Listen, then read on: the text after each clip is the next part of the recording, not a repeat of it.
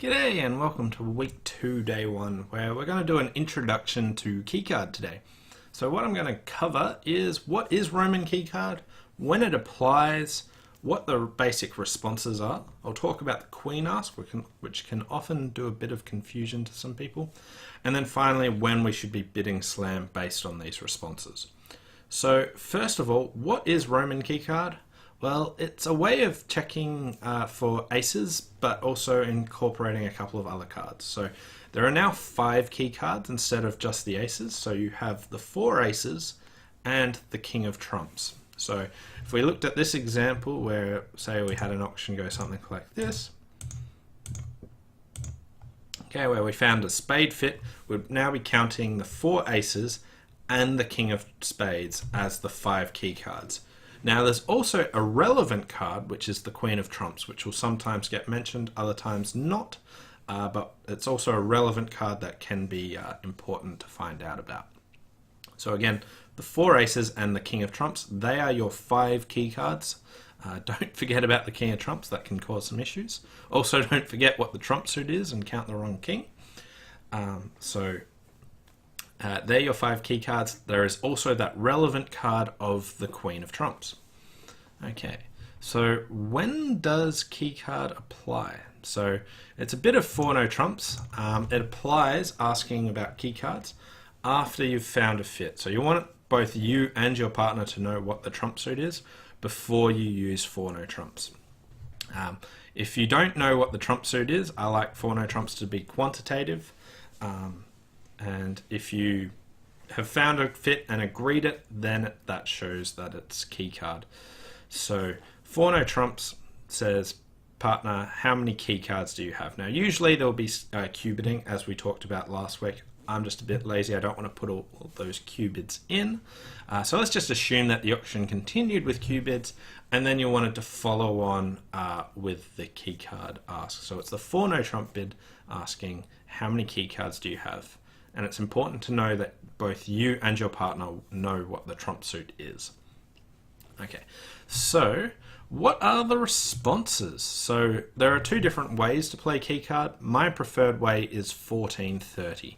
So what that means is you look at these responses and they show a different number of keycards.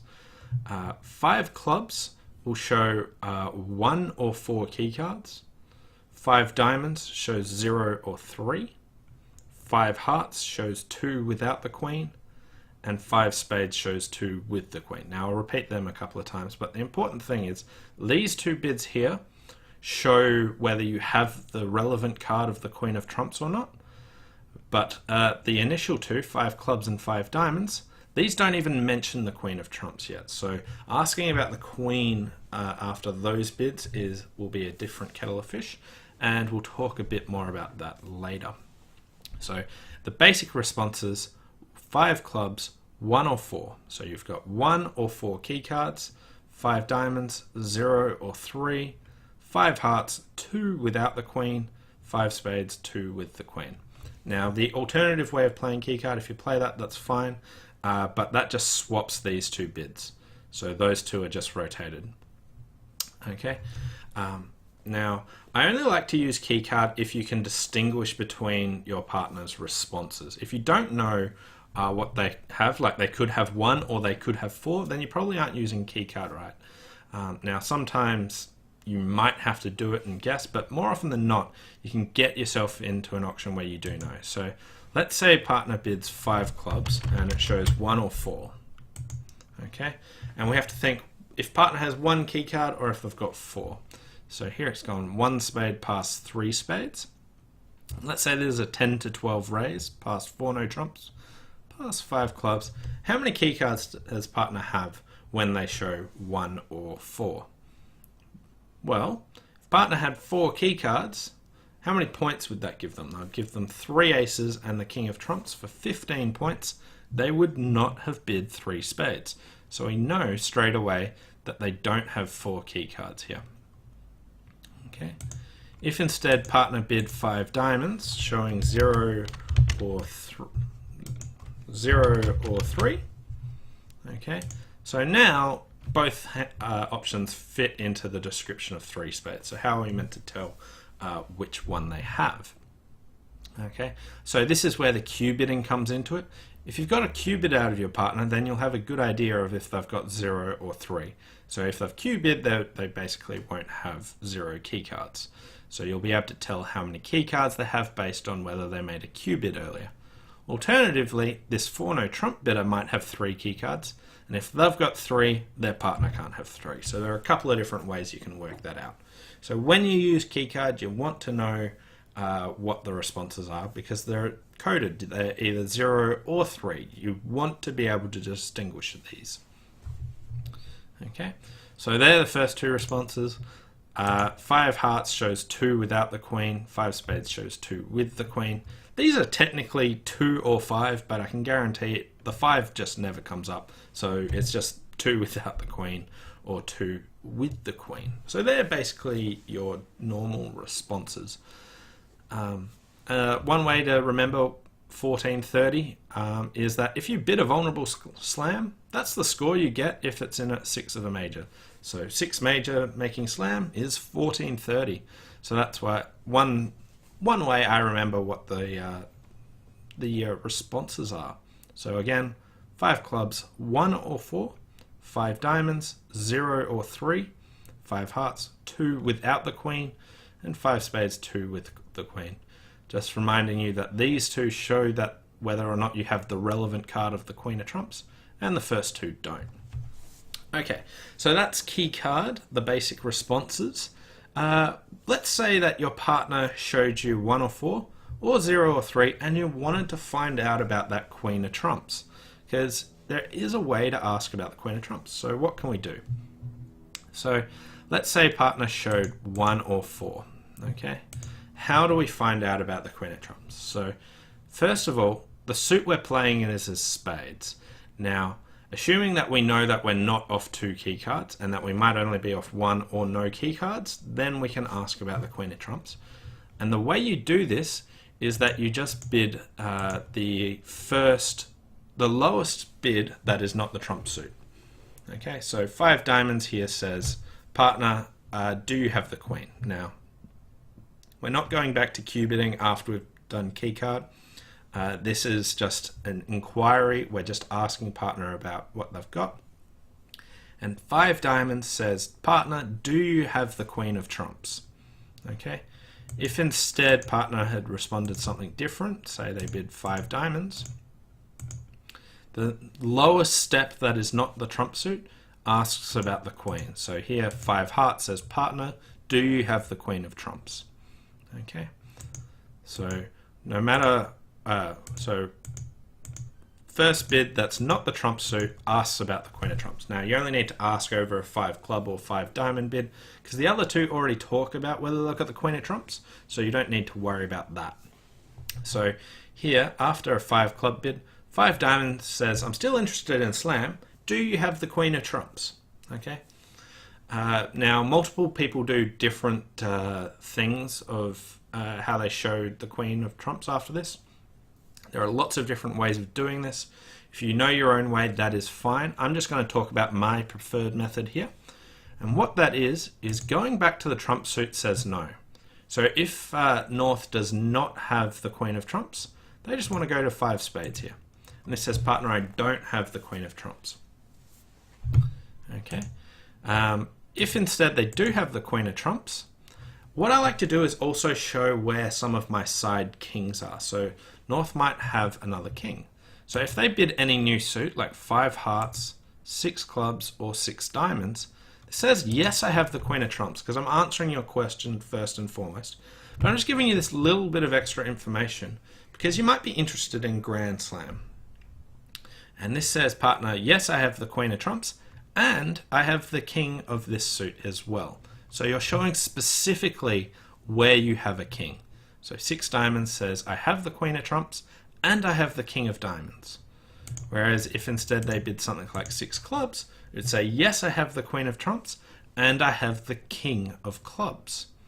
Or if you bid 5 hearts, it says, yes, I have the queen of trumps, and yes, I have the king of hearts. Okay, all these bits of information that can help partner out.